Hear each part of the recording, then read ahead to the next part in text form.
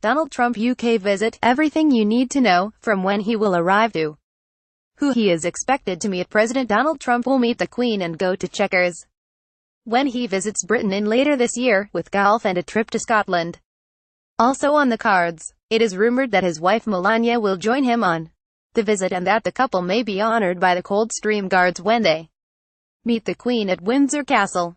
This would be the First Lady's first trip abroad since her hospitalization for a kidney procedure last month.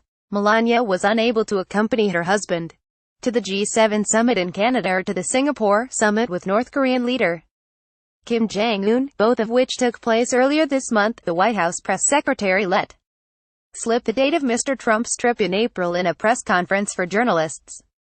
Children to mark America's Take Our Daughters and Sons to Work Day. Mr. Trump is understood to have personally approved the visit after weeks of careful negotiations between his staff, number 10, and the UK Embassy in Washington. The visit offers a chance for Mrs. May to improve her personal relationship with the US president, which figures close to both leaders privately acknowledges not especially yet it also triggered renewed fears of mass protests. One of the reasons Mr. Trump has delayed coming to Britain for so long, according to US and UK sources. Here is everything we know so far about the US president's trip to the UK, from his arrival date to where he is expected to visit.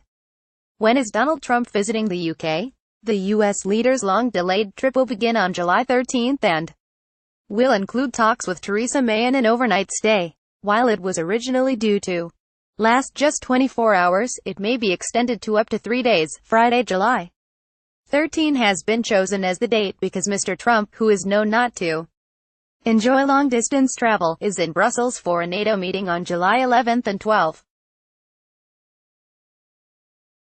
Downing Street spokesman said he will hold bilateral talks with the Prime Minister during his visit. Further details will be set out in due course. While the exact details of the trip remain under discussion, Mr. Trump is expected to hold talks with Mrs. May at Chequers, her countryside residence. UK aides believe that pomp and ceremony will help foster a mere relationship with the US president. It is understood that Mr. Trump is expected to play a hole of golf with Prince Andrew at his family's Turnberry course. He is likely to meet the Queen at Windsor Castle before heading to Scotland, having repeatedly said how much his Scottish mother admired Her Majesty. Both Mr. Trump and the Duke of York are known for their love of golf. The US president has reportedly spent more than 100 days of his presidency at golf clubs, and has used the sport to bond with other world leaders. Mr. Trump is expected largely to avoid the capital, however, in a move that would minimize his exposure to the protests that are expected. He will not be invited to address both houses of parliament, an honor that has been accorded to previous U.S. presidents, because of opposition from John Bercow, the Commons Speaker. Last November, Mr. Bercow said that addressing the Commons was an earned honor, and in my view Trump has not earned that honor. A spokesman for the Speaker's office told the Daily Telegraph, Mr. Speaker's views on this subject are a matter of public record. In any case, no request to address both houses of parliament has been received. The trip will not be the full state visit offered to Mr. Trump just days after his inauguration, for which a date has yet to be set. Instead, it will be a working visit.